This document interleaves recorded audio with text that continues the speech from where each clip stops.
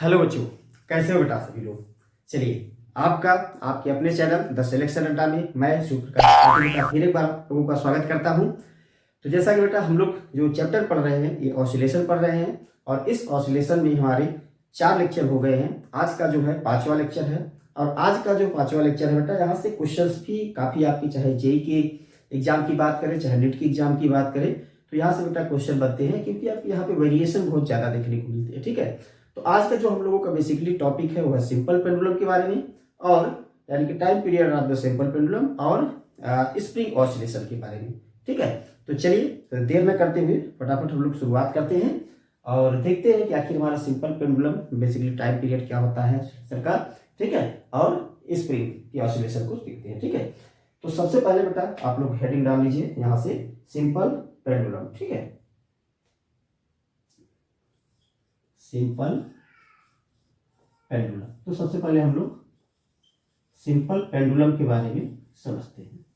ठीक है, तो सिंपल पेंडुलम बेटा हमारा होता क्या है। अगर हम लोग सिंपल पेंडुलम की बात करें कि सिंपल पेंडुलम कहते हैं किसको हम, तो सिंपल पेंडुलम में हमारे जो एक की बात करें, एक ये फिक्स पॉइंट होता है। इस फिक्स पॉइंट से हम नॉन इलास्टिक एक स्ट्रिंग ले लेते हैं और इस स्ट्रिंग की लेंथ कुछ हम लोग कंसीडर कर लेते हैं, यहाँ पे एल है और यहाँ पे इसको हम लोग क्या बोलते हैं बेटा, इसको बॉब बोलते हैं। ठीक है, इसका कुछ मास भी होता है, तो मास सपोज दैट कि कंसीडर कर देते हैं इसका मास कितना है, एम है। ठीक है, अगर बेटा सपोज करो कि हमने क्या किया, अगर इस बॉब को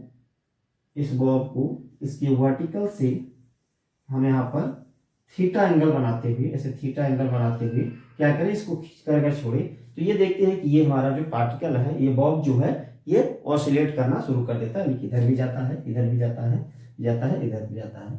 तो इसके टाइम पीरियड को बेटा हम लोग सबसे पहले टाइम पीरियड और इसकी फ्रीक्वेंसी को कैलकुलेट करते हैं। ठीक है, तो सपोज दैट जब ये पार्टिकल आपका, जब ये बॉब यहाँ पर है तो इस पर जो फोर्स लगेगा वो इस तरफ फोर्स लगेगा, जिस फोर्स से मतलब इधर जाएगा, इधर कोई ना कोई फोर्स, इसको मीन पोजीशन, इसका ये मीन पोजीशन बोला जाएगा और ये क्या बेटा, एक्सट्रीम पोजीशन बोला जाएगा। ठीक है, तो अगर बेटा इसको हम कंसीडर करें कि इसका मास m है तो इस पर जो ग्रेविटेशनल फोर्स लगेगा वो mg नीचे की तरफ काम करेगा। ठीक है, और इस तरफ क्या काम करेगा, इधर mg cos थीटा आपका लगेगा।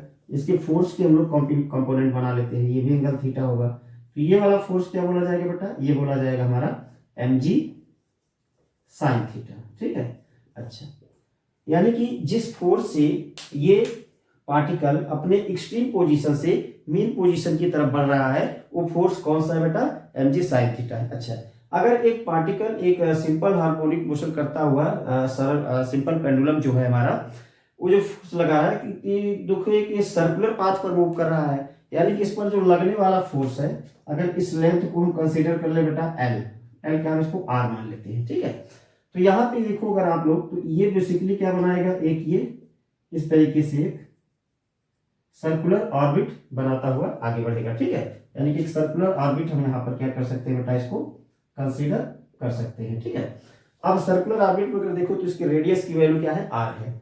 तो यहाँ से अगर हम लोग बात करें यहाँ पे, यहाँ आप देखो क्योंकि ये एंगल बहुत छोटा होता है इसलिए हम लोग एंगल की बात नहीं करेंगे। आप लोग देखोगे कि अभी क्या हम ये लेंथ लगभग इक्वल ले सकते हैं, तो ऐसा होता नहीं है, लेकिन हम लोग क्या करते हैं अपने कैलकुलेशन के लिए बेटा ले सकते हैं। ठीक है, तो यहाँ पे अगर देखो बेटा, तो यहाँ पे जो फोर्स लगने वाला है वो कौन सा फोर्स है, सेंट्रीपिटल फोर्स, यानी कि जो रीस्टोरिंग फोर्स है, इसका रीस्टोरिंग फोर्स कौन सा है बेटा, वो सेंट्रीपिटल फोर्स है। तो हम इसको यहां से लिख सकते हैं कि रीस्टोरिंग फोर्स जो है वो क्या है हमारा, वो सेंट्रीपिटल फोर्स है। कौन सा फोर्स है बेटा, उसको हम लोग बोल सकते हैं सेंट्रीपिटल फोर्स के रूप में कंसीडर कर सकते हैं। अच्छा, सेंट्रीपिटल फोर्स, रिस्टोरिंग फोर्स, मतलब आप अगर देखो तो सेंट्रीपिटल फोर्स हमारा एम आर ओमेगा स्क्वायर होता है। ठीक है, और ये क्या है, एम जी साइन थीटा। ठीक है, तो यहां से एम से एम तो हमारा कैंसिल आउट हो जाएगा, R omega square is equal to आ जाएगा जी साइन थीटा। अच्छा, अगर बेटा ये एंगल थीटा है तो इसको हम लोग, हालांकि परपेंडिकुलर ये नहीं होता, लेकिन इसको यहाँ पे हम परपेंडिकुलर कंसीडर करके चलेंगे। ठीक है, हालांकि किस होता है थोड़ा सा भी रहता है। तो यहाँ से अगर आर की वैल्यू निकाले तो ये देखो बेटा क्या है, ये बेस है, ये थीटा है, ये आर है, तो साइन थीटा इक्वल टू क्या होता है, साइन थीटा इक्वल टू हमारा क्या हो जाता है, परपेंडिकुलर अपॉन बेस, ठीक है। या टेन थीटा अगर निकाले हम लोग तो परपेंडिकुलर अपॉन बेस होता है, साइन थीटा तो आपका परपेंडिकुलर अपॉन हाइपोटेन्यूज होता है, तो टेन थीटा आपका हो जाएगा परपेंडिकुलर अपॉन बेस। तो आर हमारा क्या लिख सकते हैं यहाँ से अगर हम देखें बेटा तो टेन थीटा हम लिख सकते हैं आर बाई एल, या आर की वैल्यू हमारी आ जाएगी एल टेन थीटा, ठीक है। तो यहां से हम लोग इसकी वैल्यू कंसीडर कर सकते हैं L tan theta omega square equal to ji sine theta, ठीक है। अब चाहे हमारा टेन थीटा हो चाहे हमारे साइन थीटा हो, इन दोनों को हम लोग क्या करेंगे बेटा, क्योंकि ये एंगल बहुत छोटे होते हैं तो इनको हम लोग अप्रोक्सीमेट कंसीडर कर सकते हैं थीटा।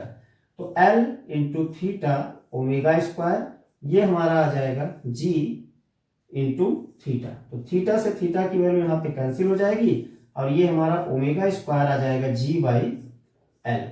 ओमेगा की वैल्यू क्या लिख सकते हैं इसको, omega equal to under root G by L लिख सकते हैं। ओमेगा की वैल्यू क्या होती है, 2 पाई बाई टी, तो 2 पाई बाई टी कितना हो जाएगा, under root G by L.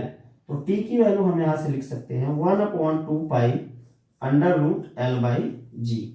यही बेटा हमारा क्या होता है, time period of the simple pendulum होता है। ये क्या है, इसी को हम लोग बोलते हैं time period of simple pendulum, ठीक है, time period of simple pendulum. अगर फ्रीक्वेंसी की बात करें बेटा, फ्रीक्वेंसी अगर एन हम ले लें, ईटा फ्रीक्वेंसी इसकी है, तो फ्रीक्वेंसी क्या होती है 1 बाई टी होती है। तो फ्रीक्वेंसी यहां से आ जाएगी बेटा 2 pi under root g by L, ठीक है।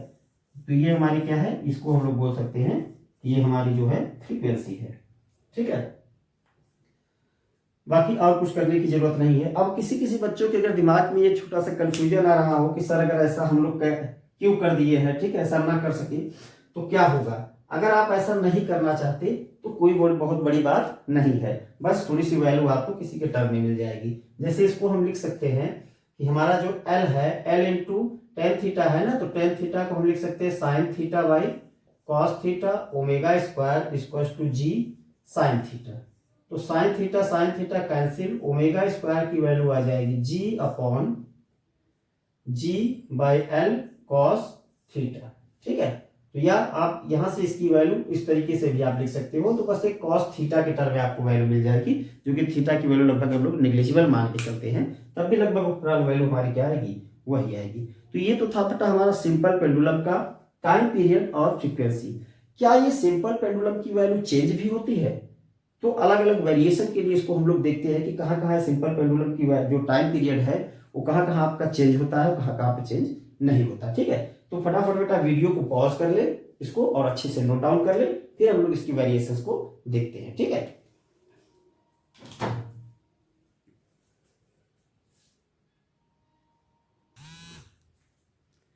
चलिए बेटा हो गया। इसके बाद आगे हम लोग बढ़ते हैं नेक्स्ट टॉपिक की तरफ, सिंपल पेंडुलम। अब इसके वेरिएशंस को थोड़ा सा हम लोग देखते हैं, ठीक है। सिंपल पेंडुलम में तो पहला जो हमारा पॉइंट है कि सिंपल पेंडुलम के वेरिएशन को, टाइम पीरियड के वेरिएशंस को हम लोग देखते हैं। अच्छा, अगर सपोज करो बेटा कि एक सिंपल पेंडुलम को हम किसी फ्लूइड के अंदर ऑसिलेट करें, ठीक है, फ्लूइड के क्या करें, अंदर ऑसिलेट करें, ठीक है। तो आप ऐसे पॉइंट करके लिख लो सिंपल पेंडुलम, ठीक है। Time period inside the fluid, किसी एक फ्लूइड के अंदर जो है हम टाइम पीरियड की बात कर रहे हैं यहाँ पे, ठीक है। कि कोई एक फ्लूइड है, फ्लूइड के अंदर अगर किसी का ऑसिलेशन की बात करें तो ऑसिलेशन की जो टाइम पीरियड है वो इंक्रीज होगा या फिर डिक्रीज होगा, ठीक है।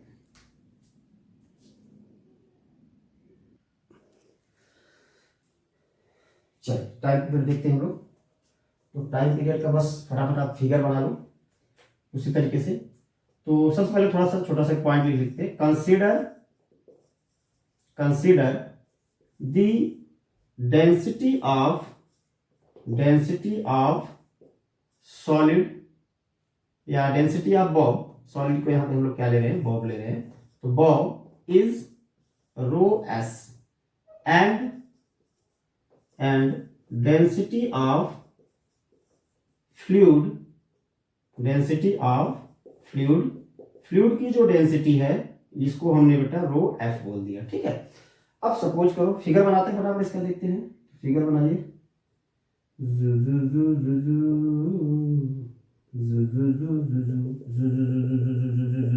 से करते हुए फिगर बना लो। सपोज करो कि ये क्या है आपका, ये आपका एक फ्लूइड है। ठीक है, फ्लूइड की डेंसिटी हमने पहले से बोल रखी है कितनी है, रो एफ। हमने क्या किया बेटा, हमने इसमें किया तो थोड़ा सा पेन अलग यूज कर लेते हैं। यहाँ पे मान लो ये बॉब है, ऐसे बॉब को हमने क्या किया, ऐसे इस यहाँ पे लटका दिया। ठीक है, अगर बॉब बेटा यहाँ पे ऑसिलेट करता है और मान लो कुछ देर बाद हमने बोला कि ये यहाँ पर है, ठीक है, और ऐसे इस तरीके से इसमें ऑसिलेशन इसका होता है इस तरीके से। ठीक है, अब यहाँ पे ऑसिलेशन देखते हैं। तो सबसे पहले अगर बेटा बॉब बात करें इसकी कि वेट इन एयर, इसका एयर में वेट कितना है, तो क्या लिखेंगे हम लोग, mg लिखेंगे। एयर में जो वेट है वो mg है। अगर ये फ्लूइड के अंदर है, ये हमारा जो सिंपल पेंडुलम है ये फ्लूइड के अंदर है, तो इस पर क्या लगेगा, इसका फ्लूइड का कुछ न कुछ भाई वेट काम करेगा। तो वेट जो काम करेगा वेट डाउनवर्ड होता है हमेशा, तो इसको लिख लो आप mg। अच्छा, इस वेट को अब फ्लूइड के अंदर है तो फ्लूइड क्या करेगा, फ्लूइड इस पर लगाएगा अपथ्रस्ट, यानी कि एक आपका अपथ्रस्ट फोर्स लगाएगा, और थ्रस्ट की वैल्यू किधर होती है, ऊपर की वजह से, वो ऊपर की ओर होगी हमेशा। थ्रस्ट फ्लूइड क्या करेगा, ऊपर की ओर लगाएगा।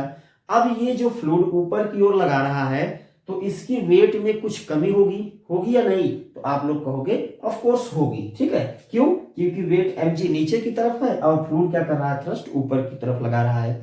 तो अगर इसका हम वेट बात करें कि इसका इफेक्टिव वेट कितना होगा, ठीक है, तो इसका इफेक्टिव वेट अगर हम लोग देखें फ्लूइड के अंदर इफेक्टिव वेट, तो इफेक्टिव वेट बेटा कितना आएगा, चलो इसको हम लोग बोल देते हैं mg ई इफेक्टिव, g की वैल्यू होगी। ठीक है, मास तो चेंज होता नहीं है। आगे क्या होगा, वेट इन एयर, यानी कि एयर में वेट कितना है, माइनस अप थ्रस्ट, ये जो थ्रस्ट लग रहा है ऊपर की ओर ये। ठीक है, अब थ्रस्ट का फार्मूला हमने आपको बता ही रखा है, इसमें कोई होने की जरूरत है ही नहीं। अगर जो बच्चे थ्रस्ट का फार्मूला नहीं जानते वो फ्लूइड मैकेनिक्स का लेक्चर सेकंड देख ले। ठीक है, तो वहां से हमने इसको कंप्लीटली डिराइव किया हुआ है।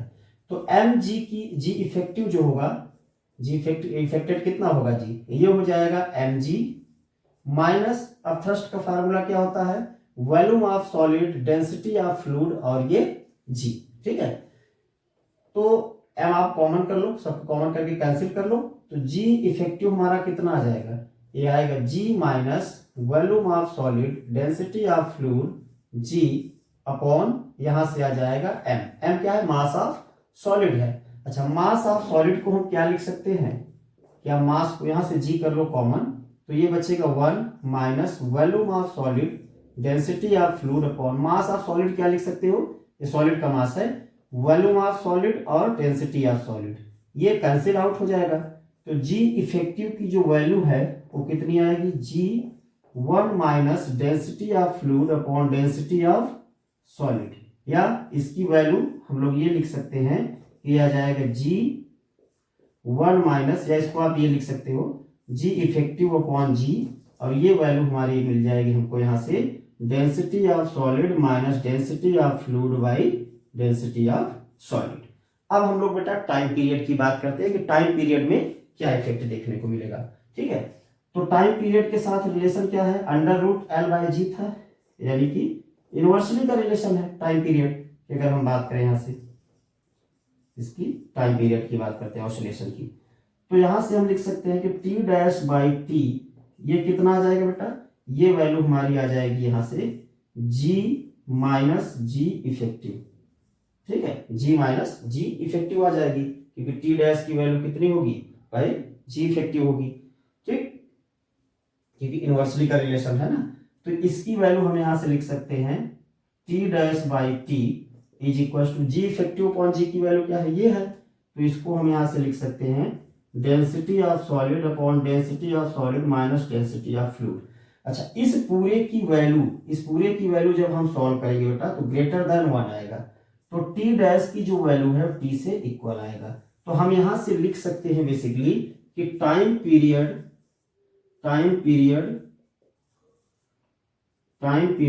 Of a simple pendulum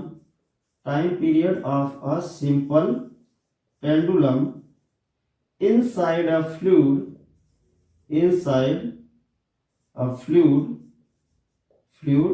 is increases।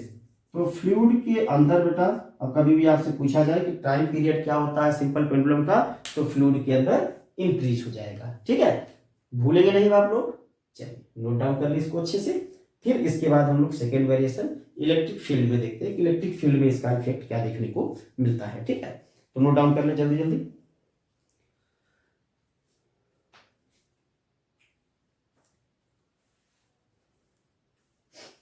चलिए फिर आगे बढ़ा जाए। अब हम लोग इसका इलेक्ट्रिक फील्ड में इफेक्ट देखते हैं। ये तो time period inside the fluid हो गया। ठीक है,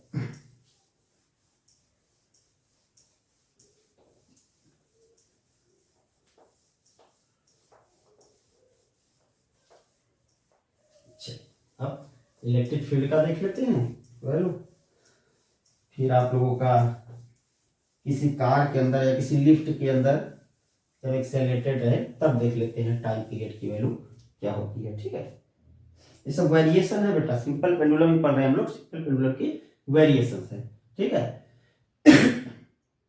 ठीक आगे। तो दूसरा पॉइंट जो है हमारा वो है टाइम पीरियड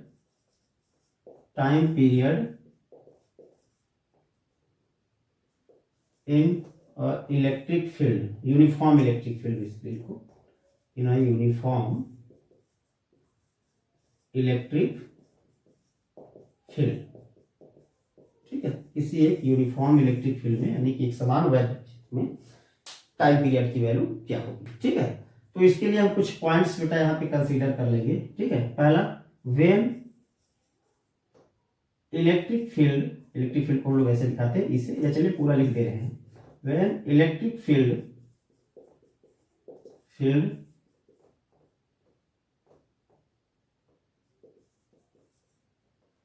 इज अपवर्ड, जब ऊपर की ओर आपका इलेक्ट्रिक फील्ड की वैल्यू हो तब। ठीक है, मतलब ऊपर की ओर की वैल्यू मतलब क्या है कि जैसे हमने एक सिंपल पेंडुलम बनाया, यहाँ पे ये उसका बॉब है, हमने क्या किया, इसको मैक्सिमम एक्सट्रीम पोजीशन तक ले गए यहाँ पे। ठीक है, तो इसका मास होगा, मास के कारण इस पर जो फोर्स लगेगा वो नीचे की तरफ लगेगा। अच्छा, इलेक्ट्रिक फील्ड की डायरेक्शन हमने क्या बना रखी है, ऊपर की तरफ बना रखी है। ठीक है, तो इस पर जो फोर्स लगेगा F = QE। ठीक, QE मतलब इस पर चार्ज है। ठीक है, if Q is the charge on Bob पर जो चार्ज है वो कितना है, Q है, और बॉब का जो मास है तो ऑलरेडी इसमें बताया रखा है कितनी है वैल्यू उसकी बेटा, उसकी वैल्यू आपको m दी गई है। ठीक है, तो आगे देखते हैं इसकी वैल्यू कितनी आएगी। अब फोर्स इसके हम लोग कंसीडर करते हैं, वही G इफेक्टिव निकालते हैं इसका। तो इसका जो वेट है, वेट मतलब इलेक्ट्रिक फील्ड के अंदर, ठीक है, weight of Bob inside electric field, यानी कि इलेक्ट्रिक फील्ड के अंदर जो इस बॉब का वेट होगा वो कितना होगा, इसको देखते हैं। तो इलेक्ट्रिक फील्ड के अंदर बेटा क्या है, देखो वेट तो इसका mg नीचे की तरफ है जो एयर की में भी होता है, लेकिन जब हम इस फ्लूइड को किसी इलेक्ट्रिक फील्ड में ले गए जिसकी डायरेक्शन ऊपर की तरफ है, तो ऊपर की तरफ क्या होगा, इस पर इस इलेक्ट्रिक फील्ड के कारण अगर इस पर चार्ज क्यू है तो एक फोर्स लगना स्टार्ट हो जाएगा। ये फोर्स की वैल्यू क्या करेगा, इसकी जो mg है, mg की वैल्यू में कुछ न कुछ इफेक्ट जरूर डालेगा, यानी कि कमी कर देगा। तो weight of Bob inside the electric field ये कितना आ जाएगा बेटा, ये होगा हमारा mg माइनस QE। ठीक है, mg माइनस QE या F लिख लो।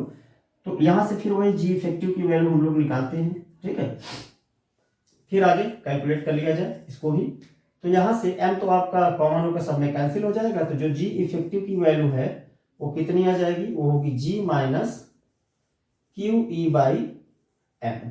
ठीक है, अब टाइम पीरियड की हम लोग बात करते हैं। तो टाइम पीरियड में हमारा क्या हो जाएगा वैल्यू बेटा यहाँ से, तो टाइम पीरियड में हमारी वैल्यू जो है इस तरीके से आती है, यानी कि टी बाई टी डैश करके निकालते हैं हम लोग। ठीक है, ठीक है, चलिए। तो ये तो हो गई जी इफेक्टिव की वैल्यू। अब टाइम पीरियड हमारा क्या होता है, टाइम पीरियड हमारा होता है 2 pi under root L by G. G कौन सा यहाँ पे, अब वही इफेक्टिव वैल्यू रखेंगे। तो टाइम पीरियड हमारा हो जाएगा 2 pi under root L upon g minus Q E by M. ठीक है, अच्छा इस प्रोसेस में अगर आप देखो तो ये वैल्यू क्या है, ये वैल्यू आपकी, यानी कि पहले तो जी था, अब जी में से भी क्या है कम आ रहा है, मतलब टाइम पीरियड क्या होगा, बढ़ जाएगा। तो टी क्या है, टी इंक्रीजेस, टी आपका इंक्रीज कर जाएगा। ठीक है, यानी कि टाइम पीरियड बढ़ जाएगा। अगर दूसरा बेटा पॉइंट हम लोग ले लें, दूसरा कैसे भी तीसरा है। ठीक है, जैसे हमने बोला था ना कि व्हेन इलेक्ट्रिक फील्ड अपवर्ड। ठीक है, व्हेन इलेक्ट्रिक फील्ड डाउनवर्ड, अगर हम लोग इलेक्ट्रिक फील्ड की डायरेक्शन को बदल दें, यानी कि इलेक्ट्रिक फील्ड हमने बोल दिया कि डाउनवर्ड है। डाउनवर्ड का मतलब क्या है कि सेम इसी फिगर को हम लोग क्या करते हैं बेटा, यहाँ पे ला लेते हैं इस तरीके से, इस पर आपका mg नीचे काम कर रहा है। अब इलेक्ट्रिक फील्ड की भी डायरेक्शन क्या है, अगर नीचे की तरफ है तो नीचे की तरफ भी बेटा क्या लगेगा, क्यू ई भी लगेगा। तो जो जी इफेक्टिव है, क्या इसको हम ये बोल सकते हैं कि ये वैल्यू हमारी आ जाएगी। अब ये कितना हो जाएगा, यहां से देखो हम लोगों ने ये निकाला था ना, तो ये आएगा G plus Q E by M. ठीक, तो अब अगर टाइम पीरियड हम निकालेंगे तो क्या लिखेंगे, 2 pi under root L upon G, अच्छा ये प्लस हो जाएगा ना क्योंकि नीचे आ रहा है, G plus Q E by M. अब यहां से अगर वैल्यू देखो तो टाइम पीरियड की वैल्यू जो है आपकी, ये वैल्यू क्योंकि प्लस हो गया तो कम आएगा, तो इस केस में टी क्या हो जाएगा, डिक्रीज हो जाएगा। तो ये सब कंसेप्ट सरता, इनको आप लोगों को याद रखना है, डायरेक्ट बार बार करना नहीं है, आपको डायरेक्ट याद रहेंगे कि जब इलेक्ट्रिक फील्ड की वैल्यू डाउनवर्ड है तो टाइम पीरियड क्या होगा, ऑसिलेशन का डिक्रीज हो जाएगा। लेकिन जब टाइम पीरियड बेटा क्या है, इलेक्ट्रिक फील्ड की डायरेक्शन अपवर्ड है, तो क्या होगा उस केस में जो टाइम पीरियड की वैल्यू है वो आपकी इंक्रीज हो जाएगी। ठीक है, तो फटाफट बेटा वीडियो को पॉज करके इसको नोट करो। एक इसका केस और है पैरेलल का, उसको देख लेते हैं, फिर हम लोग लिफ्ट के केस में चलते हैं। ठीक है, नोट कर ले बेटा जल्दी।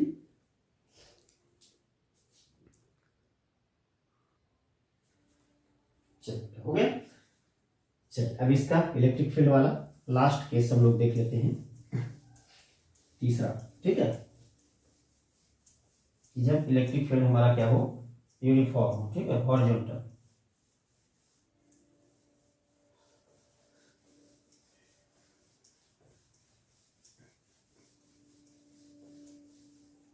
ठीक है, चल तो थर्ड जो पॉइंट है ये हमारा है, when electric field is horizontal, यानी कि हॉरिजॉन्टल डायरेक्शन में हमने बोल दिया कि इलेक्ट्रिक फील्ड है, तब देखते हैं कि टाइम पीरियड पर क्या इफेक्ट पड़ता है। हॉरिजॉन्टल का मतलब क्या है बेटा, हॉरिजॉन्टल का मतलब ये है कि जैसे हमने ये बनाया यहाँ पे इस तरीके से। ठीक, अब हमने बोल दिया कि इस डायरेक्शन में हमारा क्या है, इलेक्ट्रिक फील्ड है। ठीक है, तो इसका जो वेट है, वेट mg नीचे काम करेगा, और इलेक्ट्रिक फील्ड के कारण जो इस पर फोर्स लगेगा QE वो इस डायरेक्शन में लगेगा। तो नेट बेटा फोर्स इसका किधर आएगा, नेट फोर्स इन दोनों के बीच में आएगा, यानी कि जी इफेक्टिव की वैल्यू वो कितनी आ जाएगी, वो आ जाएगी हमारी अंडर रूट mg का स्क्वायर प्लस QE का होल स्क्वायर। ठीक है, तो mg की जो वैल्यू है जी इफेक्टिव हमारी कितनी आ जाएगी, वो आ जाएगी हमारी अंडर रूट mg का whole square plus QE by, अभी नहीं लिखते, होल स्क्वायर। m अगर हम कॉमन करके सब में कैंसिल आउट कर दें तो हमको जी इफेक्टिव की जो वैल्यू मिलेगी वो मिलेगी under root g square plus QE by m का होल स्क्वायर। ठीक है, सॉरी इसका, तो टाइम पीरियड कितना आ जाएगा, टाइम पीरियड आ जाएगा 2 pi under root L upon g square plus QE by m to whole power, इसको आप 1/2 कर दो। ठीक है, इसका स्क्वायर और प्लस और 1/2।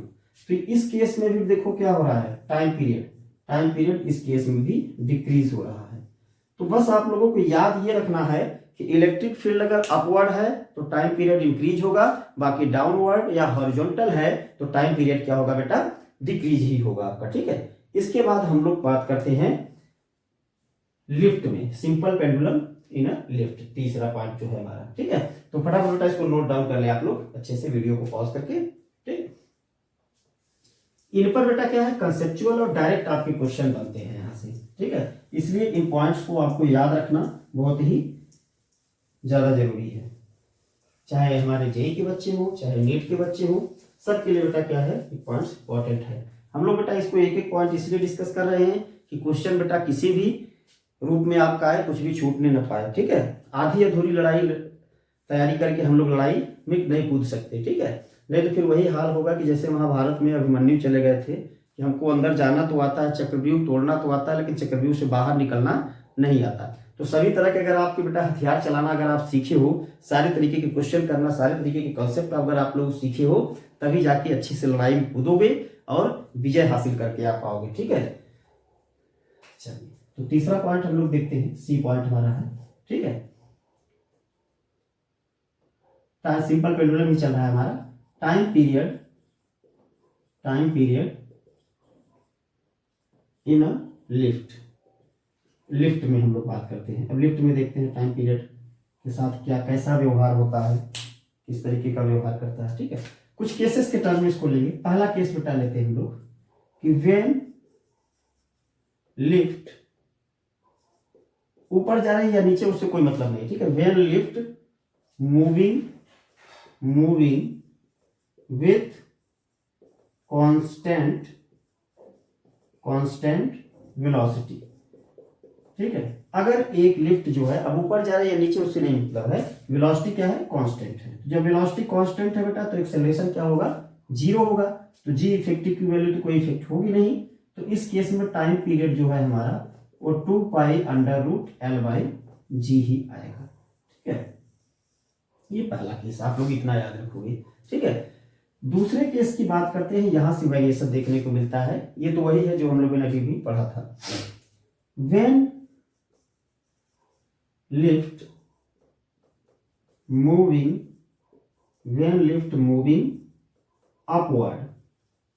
upward with constant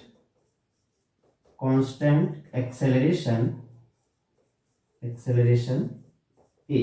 ठीक है, जब आपका लिफ्ट क्या हो, एक कांस्टेंट एक्सेलरेशन से ऊपर जा रहा हो। जैसे हमने बोला कि ये लिफ्ट है, लिफ्ट के अंदर क्या किया हमने, ये पेंडुलम को लटका दिया ऐसे, और लिफ्ट को हमने बोला कि ए एक्सेलरेशन से ऊपर जा रहा है।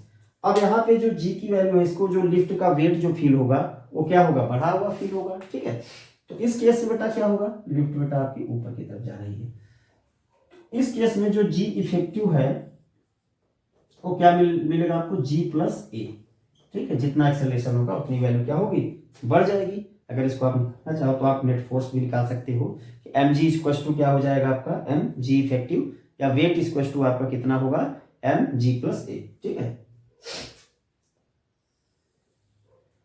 तो इसका अगर वेट की टर्म में बात जैसे हम करो, मान लो कि अब इस पर वेट कितना होगा, तो इसका वेट अगर हम लिखना चाहें तो इसका वेट हम लोग लिख सकते हैं, एक तो mg होगा। ठीक है, mg ये नीचे की तरफ जो इसका वेट है mg। ठीक है, और एक एक्सेलरेशन ऊपर की तरफ है तो प्लस ये कितना आ जाएगा, ma। ठीक है, तो यहां से बेटा ये value weight mg effective mg+A, तो ये कैंसिल हो जाएगा। तो इफेक्टिव जी की वैल्यू कितनी आ जाएगी, G+A। तो टाइम पीरियड की बेटा अगर बात करें तो टाइम पीरियड होगा हमारा 2π√L/g इफेक्टिव मतलब G+A। तो यहां से टाइम पीरियड क्या होगा, टाइम पीरियड आपका डिक्रीज होगा। डिक्रीज की कंडीशन बता रहा है ना कि टाइम पीरियड क्या होगा, डिक्रीज हो जाएगा ऑसिलेशन का, सिंपल पेंडुलम के ऑसिलेशन का। ठीक है, दूसरा या तीसरा पॉइंट है। ठीक है, तीसरा पॉइंट है व्हेन लिफ्ट मूविंग